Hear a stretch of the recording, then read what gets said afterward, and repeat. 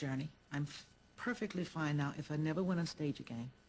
Well, that was 4 years ago when she was 56, going on 19. She's 60 now and approaching the end of another world tour. One, she insists, and as officially announced, will be her last. As far as I can make out, you haven't aged a day since I saw you last. I'm true. I'm serious about it. Oh, thank you. I'm aging slowly, yeah. But I am my age. I feel all of 60 years old. You told me the last time that you were, well, maybe this was going to be the last world tour. I did feel that there was maybe one more or something where you just get it off. This time I know it's a closure. I can feel it. The beginning of this last time around for Tina was her appearance on VH1's Divas 99 show. This is the way we do. Proud Mary.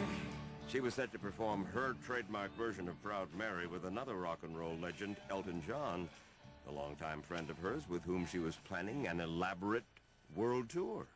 A plan, she says, that died at the Divas show rehearsal. I made a mistake when I needed to show him how to play Proud Mary. The mistake is you don't show Elton John how to play his piano. But she did. And Elton John's reaction? You don't tell me how to play my piano. Oh, Lord, it just exploded. It was like the past slapping me back in the face, truly before all of those people, when all I simply was trying to do was get an arrangement right. So then he stormed off. He just went into a rage, which he apologized later. He said he was wrong. He said, I was wrong, I'm sorry.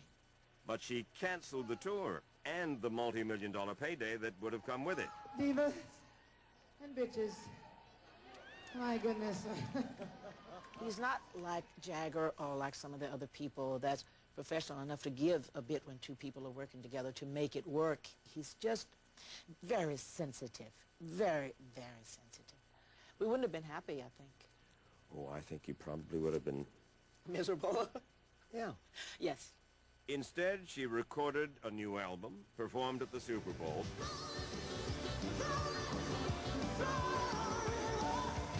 then set off on her farewell tour. Okay, spread out more then. Oh, it's gonna be a mess tonight. She says it's her last, Let's go back till we get it. No, I'm here, Gloria. You say that. but she treats it as though it's her very first. That's what I want. It works.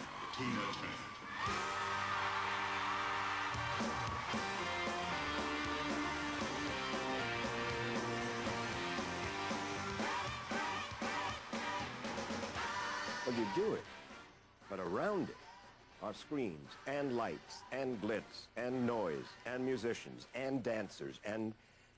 It's a play. It's an act. For the moment, it's a small movie, so to speak. That's why I like all of the stuff and the action and the playoff between me and the girls. It's life on that stage for that 2 hours. And sometimes the music is loud and sometimes it's not. I need that on stage. I need burst of life. That's entertainment for me.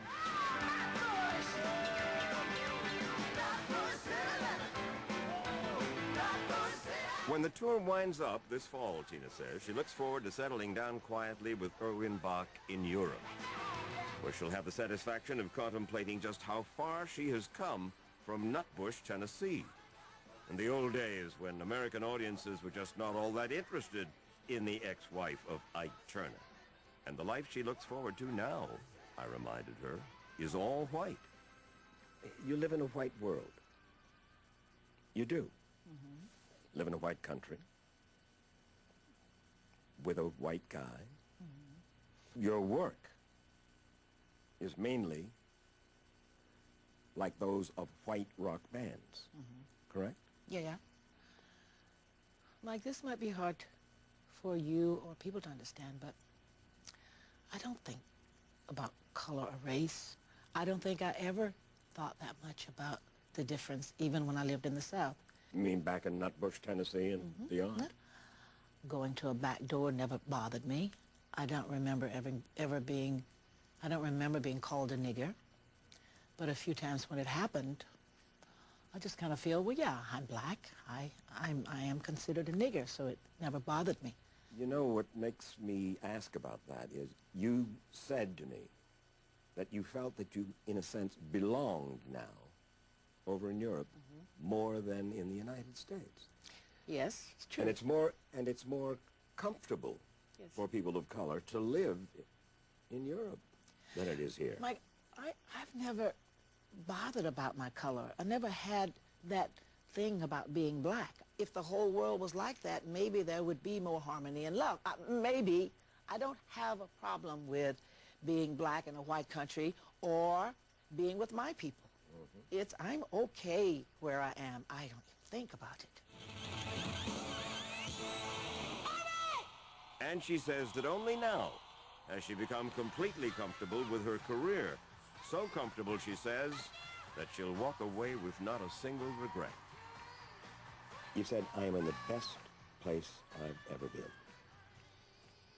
It's like serene. Everything's just kind of like everything is over. I can get emotional when I talk about it. It's almost like the war is over. It's all finished. You've arrived. You got there.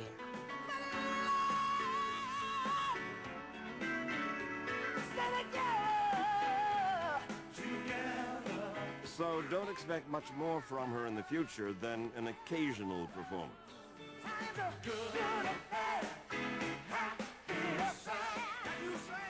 One's less like this,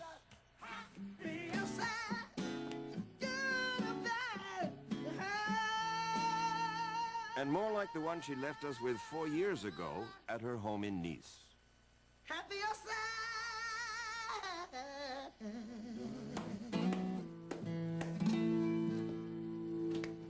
All right. Thanks, Jim. Good. 60 Minutes 2 will continue in a moment.